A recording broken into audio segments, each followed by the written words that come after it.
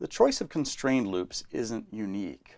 As long as my constrained loops account for all the currents in the current sources, they have no other restrictions. So I'm going to redo this example with a different set of constrained loops.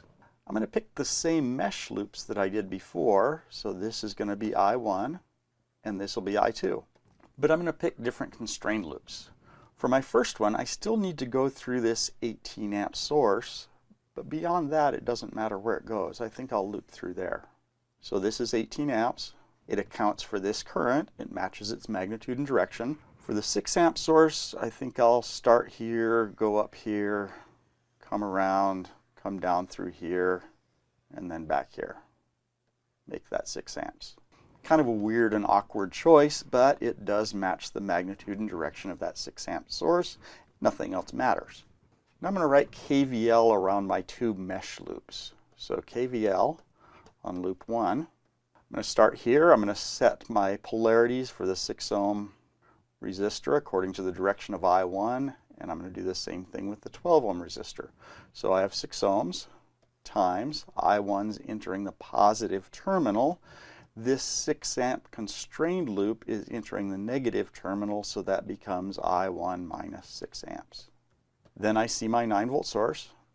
For the 12 ohm resistor, I have 12 ohms times the sum of its currents. I1 is entering the positive terminal, and I2 enters the negative terminal, so that's going to be I1 minus I2.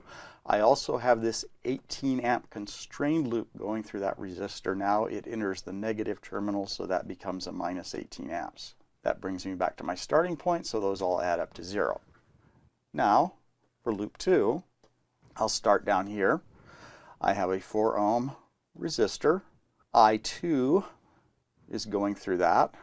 As usual, I'm going to set up my sign convention so that the mesh current that I'm following enters the positive terminal. Then I also have a 6 amp constrained loop coming down this direction through that resistor, so that becomes a minus 6 amps because that one's entering the negative voltage terminal. My next resistance is 12 ohms. I2 is entering the positive terminal because I'm switching my polarity to that. I1 enters the negative terminal, and I have an 18 amp constrained loop that is also entering the positive terminal, so that becomes a plus 18 amps. Finally, this other 4 ohm resistor, its voltage is 4 ohms times I2, and I have an 18 amp constrained current that is also entering the positive terminal. That sums to 0. There are my two equations in my two unknowns, I1 and I2. Now to find capital I1, I1 is just the sum of the currents through that 12 ohm resistor. Its direction is given to be this.